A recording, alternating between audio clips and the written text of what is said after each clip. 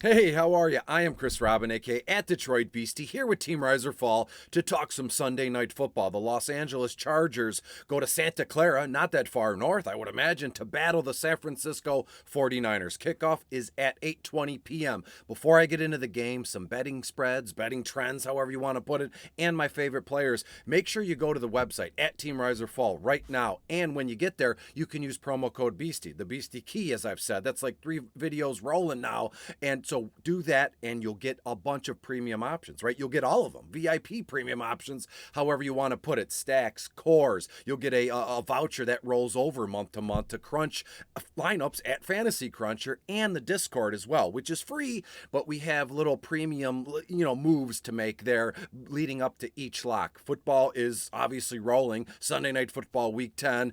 Baseball is done. World Series is over. Basketball is getting going, right? And so is hockey. So make sure you stick and hit your wagon, as they say, to Team Rise or Fall using promo code Beastie. Let's talk about this football game, shall we? That's what we came here to do. And when we look at this one, right now the Chargers are getting 7.5 points. I'm not going to tip my hand until the end of the video here. Over-under is at 45.5 points as well. And there's a few things we can do here. I'm going to try and lead us down a path where it's like one of those 1980s, books where it's like choose your own adventure. You want to stack the Chargers? Skip ahead to page 10. You want to stack San Francisco? Then skip ahead to page 12, and we'll go from there. As we look at this thing, right, as it stands right now, Los Angeles Chargers have been playing well as of late. They dug themselves out of whatever hole that they had going. And as of right now, Chargers 2 games above 500 on the season after winning 4 of their last 5 games, including a 3-point victory against Atlanta last time out. On the flip side, San Francisco, they're back home after following their bye week, which is nice. 4-4 record overall following a 17-point win against the Rams in the previous week after their bye. But is that even really a big deal? The Rams look broken right now. But I will say, as it stands now, offensively, Frisco moved the ball very well. And so that's something that they could have taken into their bye week, and maybe they've implemented maybe a fewer newer packages. I don't know. You got Christian McCaffrey, another week in Debo, and you can get these guys together and move on from there. I will say I like quarterback Jimmy G tonight, and I've seen a lot of seasonal questions this week, seasonal dynasty start-sit stuff about, am I crazy for wanting to start Jimmy Garoppolo over, let's say, Matthew Stafford? Absolutely not, but that is not my forte anymore. It is DFS. Let's talk about the players here. First and foremost, Justin Herbert, 15 grand on FanDuel, 10-6 on DK, and $33 on Yahoo. San Francisco, they're 9th overall against opposing quarterbacks, but as of late, their defense has been kind of quiet, right? When you look at the Chargers, they're very depleted, right? They got a ton of injuries like Keenan Allen and Mike Williams, but still, it's like as long as you got Austin Eckler, you're going to be able to move the ball here. So when I look at Justin Herbert, I'm seeing a big flipping night here. 27 to 28 total completions, over 300 yards.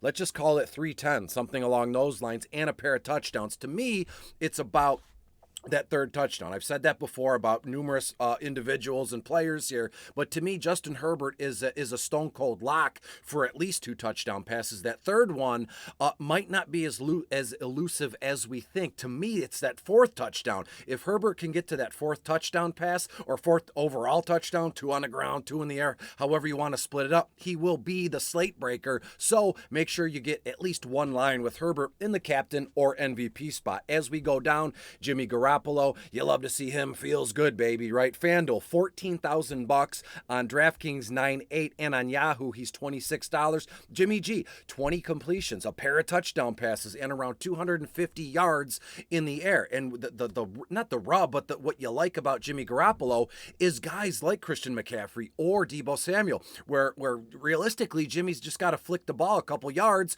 out into the flat or behind him, do something like that, and CMC and Debo Samuel do the rest. And guess what? It all counts. It counts for the receiver, running back, and the guy throwing the ball, which will be Jimmy Garoppolo tonight. As we keep moving down, that's what, I always say, let's move forward, let's move ahead. But my notes, it's like you move down. That's like the chronological order of things. When we go to the running backs, it's Austin Eckler,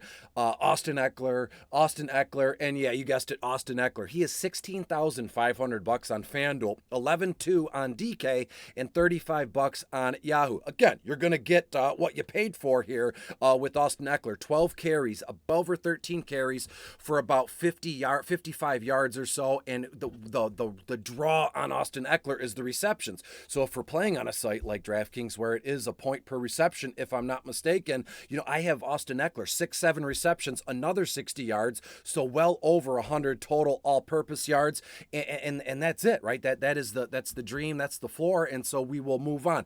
Isaiah Spiller, the young kid, $7,000 on FanDuel, $3,000 on DK. I will say this though, I failed to mention this about Austin Eckler because you can chalk up Eckler to one of those guys that DVP doesn't really matter. Matchup proof, set it and forget it, however you want to put it. He is a ton of money tonight, so I could make a case, and I will at the end of the video, and as we're going through wide receivers and tight ends, maybe there is at least one lineup. If we're going to want to put hair on your chest, whether you're a man or a woman, we're going to get hair there if we fade Austin Eckler. That might be, white knuckling it, gritting our teeth, but Austin Eckler is a phenomenal play.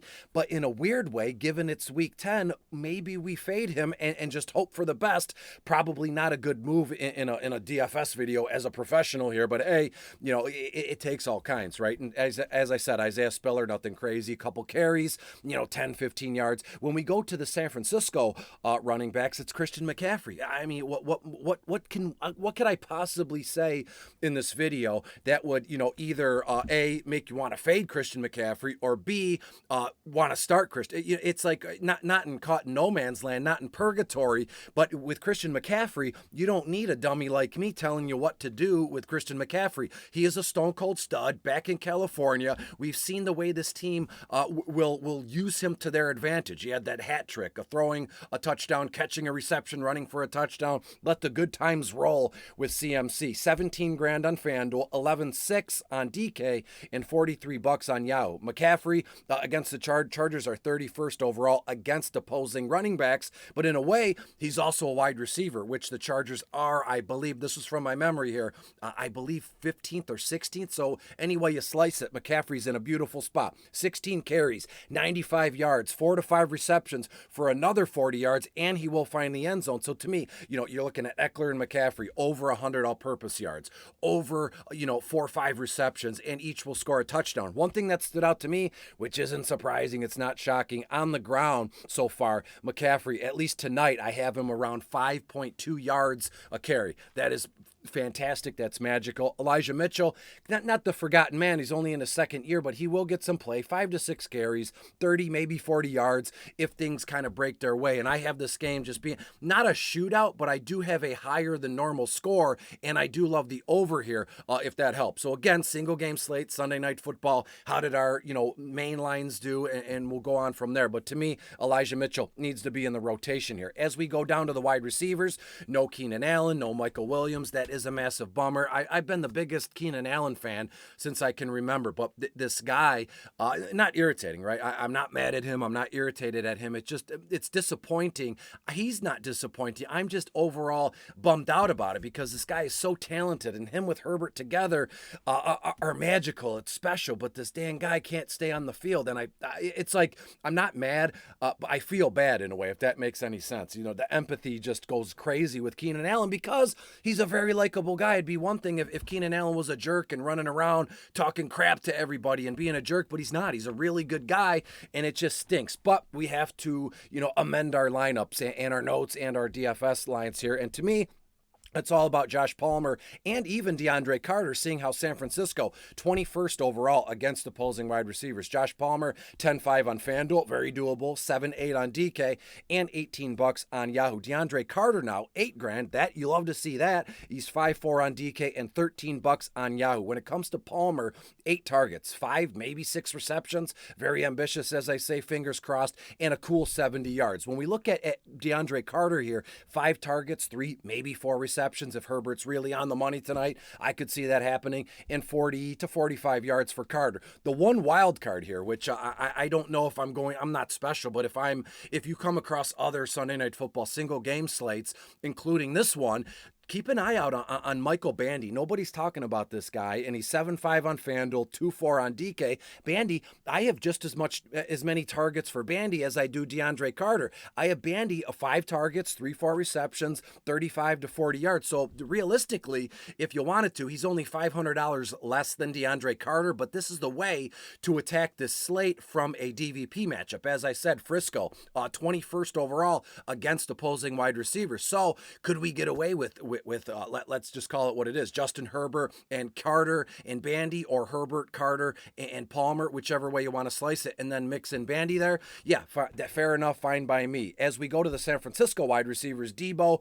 Brandon Ayuk, Juwan Jennings, Ray McLeod, in all honesty, unless you're doing 150 max, or you're playing over 30 or 40 lines, then Juwan and Ray McLeod should be on your radar. But for the sake of, let's say I do this video for one game, like $100 single entry, look at Debo Samuel, Brandon Ayuk. Again, won't waste time there. Chargers 13th overall against opposing wide receivers. Debo 13.5 on FanDuel, 8.8 on DK, $24 on Yahoo. And Ayuk, he is $12,000 on FanDuel, 8.2 on DK, and $20 on Yahoo. Debo Samuel, 7 targets, 4 or 5 receptions, 70 yards. You're going to get up, not a handful, 2 or 3 carries for about 15 or 20 yards. But the thing is you can't predict what Debo Samuel is going to do once he gets the ball in his hand. He's fantastic, right? Phenomenal, all those fun adjectives when he gets the ball. So to me, on my end, it would be odd to say, well, yeah, I have Debo, 2 or 3 carries, and he's going to take 175 yards to the house.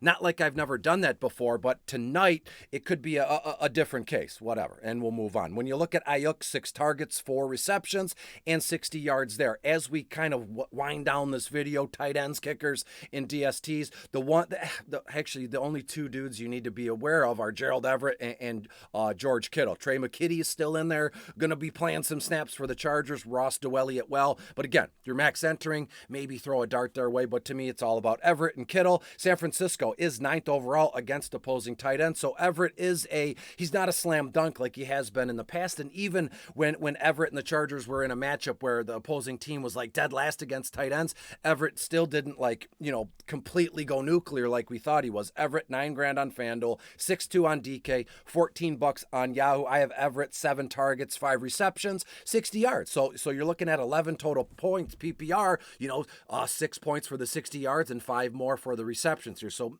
Everett is very much in play. As we go down, we've seen George Kittle and the San Francisco 49ers kind of ramp up his availability, and he's already on the field a ton because he's a stone cold stud at blocking, but now it's going to start to translate into points and yardage and catches and things like that. So George Kittle, 6 targets, 4 receptions, 50 yards, and for some odd reason, I said I'm not going to say Debo Samuel's going to take a carry or a pass 75 yards for a touchdown, yet in my notes I have touchdown pass ? For George Kittle. So we shall see. I'm not setting my watch on it, but hey, crazier things have happened. Might make for a nice little cup, like $2-3 anytime touchdown bet that George Kittle passes for one. Hey, we will move on. When we look at the kickers, Robbie Gould and Cameron Dicker is going to be the starting kicker tonight because Dustin Hopkins is still unavailable. Both guys, they'll have a smattering of extra points, 2 for 2 XPs, 3 for 3, and both will hit a field goal, both will miss one. Hey, it is what it is. Of the guys, Robbie Gould, just because the DVP matchup is sweeter, Robbie Gould, $9,000 on FanDuel, 4.2 on DK. When we get to the kickers, DSTs, however, nothing is really, wetting my whistle, as they say. Can't believe I said that. First thing that popped into my head. You would say, well, Chris, the San Francisco 49ers DST has been, monsters. They've been blitzing and all these different packages, and opposing offenses and coaches can't keep up and they can't make adjustments here. I will say this, mentioned it briefly in the early on in this video, the 49ers defense has been quiet as of late, right? And I said, the Chargers are hurt, right? They're depleted in some areas, mainly the wide receiver position, but this offense is still talented. Anytime you get a kid like Herbert as your quarterback, your things are always going to be semi-sunny or semi looking up here. So to me, I would not hands off, but I wouldn't be like, oh my God, I'm getting the 49ers in the MVP captain spot here. So you're allowed to do as you please. Let's go over a few betting trends, final score, and we'll get the heck out of here coming up on 15 minutes per usual when I want it to be 6 or 8 minutes here. The total has gone over in 10 of the Chargers' last 14 games. Chargers 4-1 straight up their last 5 games. San Francisco 14-6 against the spread their last 20 games. I have that one highlighted. That's a good one here. And the under has hit in 12 of San Francisco's last 16 games. And get this one, the Chargers 4-1 against the spread their last 5 games against the San Francisco 49ers. I hate to say it here, but I do have the Chargers winning this one. I know I say I hate to say it because, a lot of you NFC people are big San Francisco 49ers fans. I'm with you. They have a really good chance at going deep into the NFC playoffs. But for this one, Week 10 Sunday Night Football, the Los Angeles Chargers win this one in a thriller. 30-27. Something weird's going to happen at the end of the game. Missed field goal, blocked field goal, Jimmy G an interception to ice this thing. But to me, the Chargers will win this one 30-27. Be good, be safe. Use promo code Beastie when you get to the website, and we're rolling. I will see you again tomorrow for Monday Night Football. Be good, be safe. Bye-bye.